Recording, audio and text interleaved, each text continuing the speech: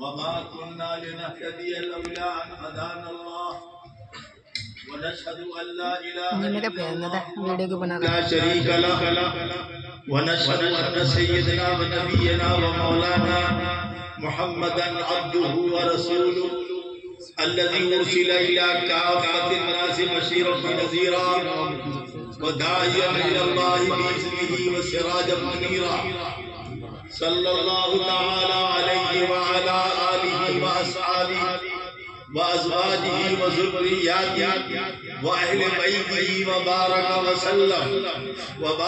وسلم تسليما كثيرا كثيرا أما بعد. حضرت ناظم و متولی خانقاہ امدادیہ و مدرسہ امداد العلوم اور ہمارے پیچھے بیٹھی ہوئی انتہائی لائق تقریر اور ہزارہ تعظیم علماء صلحاء اس بابرکت ادارے کے بابرکت اساتذہ اور طلباء اور علماء. وقت بہت کم ہے اور مجھے بھی فوراً واپس ہونا ہے اور صحت بھی میری بہت اچھی نہیں ہے. بس میں 2-3 باتیں عرض کر کے آپ کی خدمت میں رخصت ہونا چاہتا ہوں. مفصل کسی موضوع پر گفتگو کرنے کا تو وقت نہیں ہے، لیکن میں 2-3 مختلف باتیں کہتا ہوں. ابھی ہم سے پہلے کوئی صاحب تقریر کر رہے تھے جن کا موضوع تھا قرآن کریم، تو میں اس سلسلے میں آپ کو 2 باتیں بتاتا ہوں. ہمارے نوجوان بچے اور ہمارے طلباء خاص کر کے سنیں. اور یہ بات میں نے کل دیوبند میں بھی بیان کی تھی، بھول گیا تھا، لیکن قربان جائیے اس مقرر پر جو قرآن کے موضوع پر بول رہا تھا کہ میرا کل کا موضوع مجھے یاد آ گیا کہ کیا کہا تھا میں نے. کتابوں میں ایک واقعہ لکھا ہوا ہے، ادھر کا مگر چپ چاپ سننے بات کبھی زندہ رہے انشاءاللہ تو پھر تفصیل سے کہہ لیں. کتابوں میں ایک واقعہ لکھا ہے، یہ واقعہ لکھا حضرت عالمی نے کہ ایک شاگرد کو بہت تیز بخار آیا. اتنا تیز بخار آیا کہ وہ کانپنے لگا. یہ دوا وہ دوا، یہ چھو یہ چھا، ٹھیک نہیں ہوا.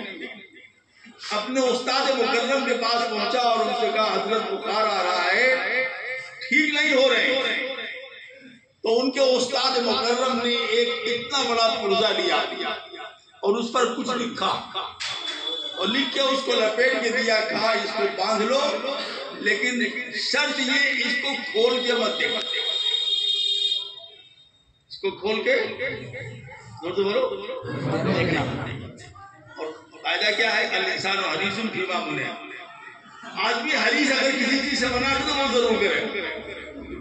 انہوں نے باندھا، فوراً بخار اتر گیا. تو ان کا لاؤ کھول کے دیکھے لکھا کیا ہے. کھول کے دیکھا تو لکھا تھا، صرف لکھا تھا بسم اللہ.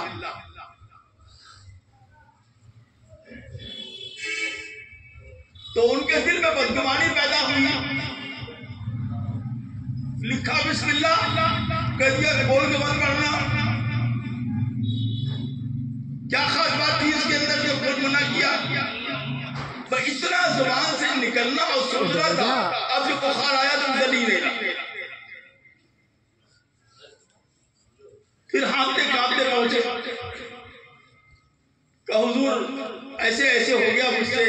کہا تمہیں منع نہیں کیا، اگر تم اس کو نہیں کھولتے تو جس بیمار کو دیتے وہ بیمار اچھا ہوتا. کہا حضور معاف کر دیجئے. کہا اچھا میں تم کو دوسری تعویذ لکھ کے دیتا ہوں. ہماری بات غور کر رہے ہیں؟ میں بنارسی بولی بول رہا ہوں، بنارسی. کیا میں تم کو دوسری تعویذ،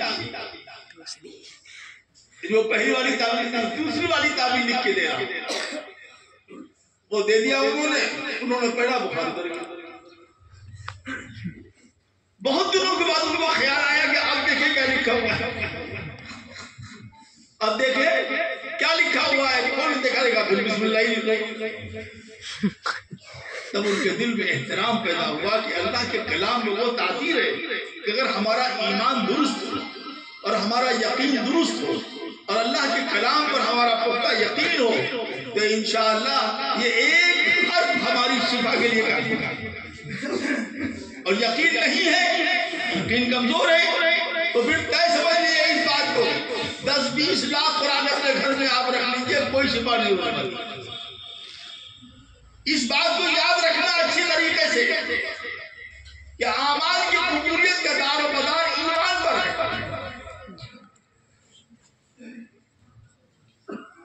ایمان اگر کمزور ہے تو انسان کے مزاج میں منافقت پیدا ہوتی ہے۔ اعمال اگر کمزور ہے تو ریاکاری پیدا ہوتی ہے۔ اپنے قول میں اگر سچا نہیں ہے تو وہ جھوٹ بولتا ہے۔ اللہ نے فرمایا کہ تم اپنا ظاہر اور باطن یکساں کر لو، جیسا تمہارا ظاہر ہے ویسی اپنا باطن بنا لو۔ دیکھنے میں ہمارا جسم کتنا اچھا ہے، اس سے اچھا تمہارا باطن ہو جائے تو اللہ کی مدد تم پر آئے گی۔ انتم العالون ان کنتم مؤمنین ان وعد اللہ حق ومن اصدق من اللہ قیلا۔ باطن اگر خراب ہے، دنیا خراب ہے، ظاہر تیرا مثال گلستہ ہوا۔ آپ کو عبرت حاصل کرنی ہو تو چلے جائیے ممبئی، دلی، کلکتہ، بنارس، حیدرآباد، چنئی، یا اگر باہر کمالی چلے جائیے تو آپ کو وہاں پر قبرستان نظر آئیں گے، 3 طرح کے۔ ایک قبرستان نظر آئے گا مسلمانوں کا، کچی قبریں۔ ایک قبرستان آپ کو نظر آئے گا کھڑا،